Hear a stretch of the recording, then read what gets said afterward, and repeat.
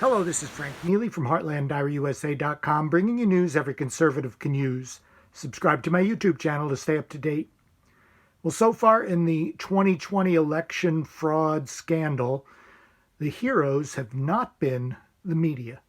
To put it mildly, they've been covering things up, and the people who've been bringing things to light are everyday American citizens. Point in case, Linda Lee Tarver worked for 29 years for the Secretary of State's office in Michigan. A Republican activist, but also well known as a civil rights leader, and somebody who cares about the truth.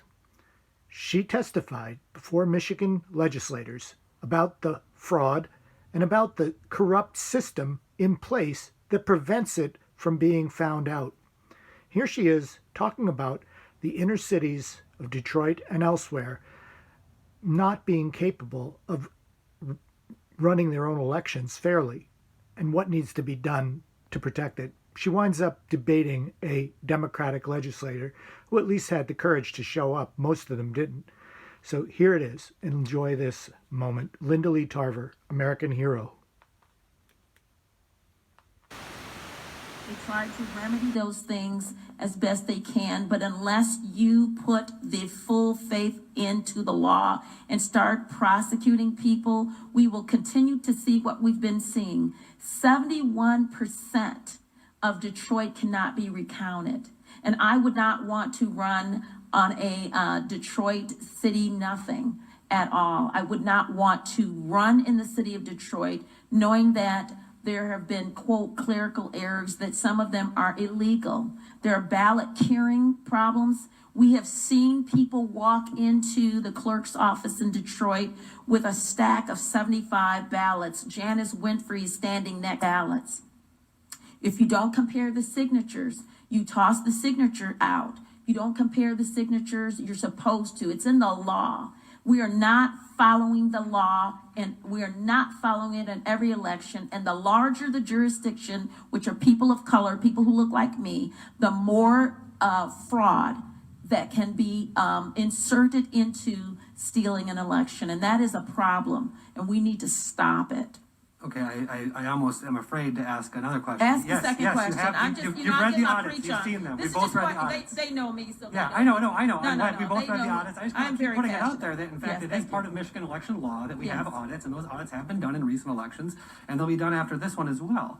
And I just want to put that out there. And then also, I one of the things You're talking about a post-election. That's yes, right. but That's what the law says. they're insufficient. I appreciate your They're insufficient for what the purpose is. I'm asking for a forensic audit of the election itself, looking for the fraud and illegal votes. Yes, and I'm wondering why the Trump campaign didn't want to do a recount, which would have been the normal process. Why would you recount 71% of the votes cannot be recounted? You know what? That's a problem. I want to agree with you on that. I'm just telling you, I'm trying to build up to agreeing with you. Why waste your money and time? It costs money to do a recount. Why waste your money when 71% of the votes that you need to look at physically cannot be even seen? Okay. That And that builds up to my next 29%. question. I'm not paying $2 million or $4 million for 29% of the ballots that can be counted, because the rest of them cannot be counted. That's one of the reasons why I voted against the changes to the recall law that made it so onerous and difficult for people who wanted to look into these issues. Open up However, the ballots. The Yes, sir. issue that you mentioned, and I just want to highlight for the committee, because I really agree with you on this, is that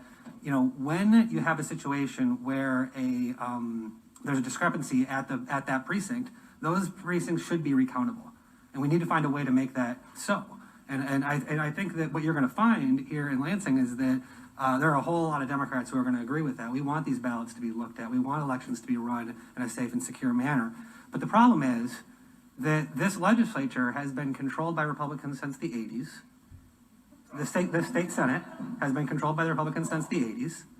And so my question to you is, after the 2016 election, when we saw the problems that we saw that you just hinted at, when we had agreement apparently between a lot of folks about the fact that these precincts should be recountable, why did we see no changes in the law to address any of these issues while we had a Republican governor, a Republican House, and a Republican Senate? So I'd be happy to answer that question. That's a very simple one. We have sufficient laws on the books. So my brothers and sisters in the Republican GOP has done their due diligence to pass laws, make laws The enforceability of the laws, however, because in Grand Traverse County, we're not having this problem. In certain counties, that Van Buren County, we're not having this hot mess problems that we have in Pontiac and in Flint and in Detroit. We don't have that. So if you want Republicans to pass more laws, why don't the Democrats in their cities enforce the doggone election laws so that that we can have fair and just elections? Because I just gave you the law. It's a felony for me to give my friend, next door neighbor, my ballot. It's a misdemeanor for me to give it to them, and it's a felony for them to turn it in. A felony.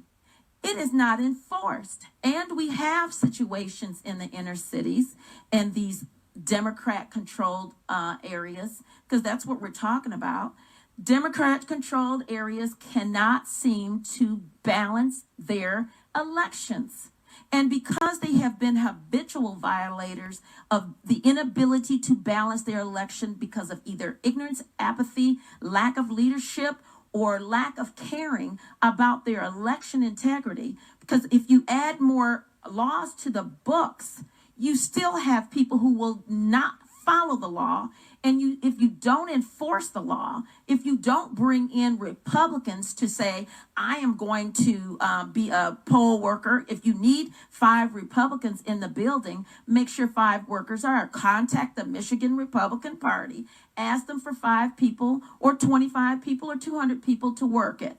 And then when the challengers come in, you protect them. You don't put them out. You don't call the police on them. You're supposed to protect them according to the law.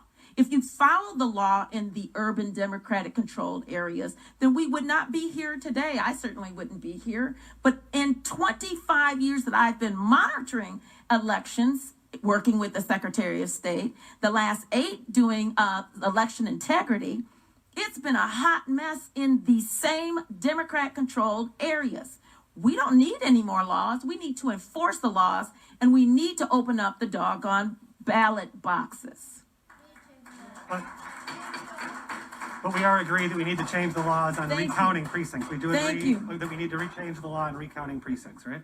Pardon me? We should change the law on recounting precincts. That was the We're subject of my not question. changing I mean, the you went laws on a for nice political recounting. screed, but the No, question no. was about that specific law, allowing the recounting of imbalanced precincts. No, we're not. Let's change that law. We're not trying to talk about recounting for imbalanced precinct.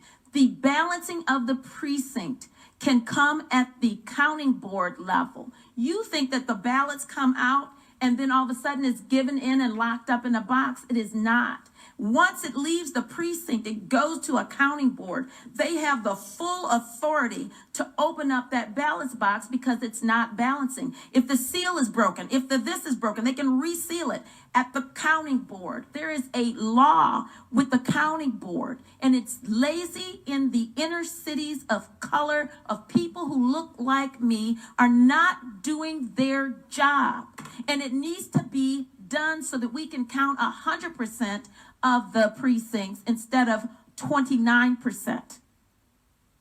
That's what needs to be done, is to make sure people are doing their job. You won't get that in an audit. What you will get in the current fake audits that we've been having and these fluff audits that we've had right now, you will get, well, these can't be recounted, so okay, so we can't do that.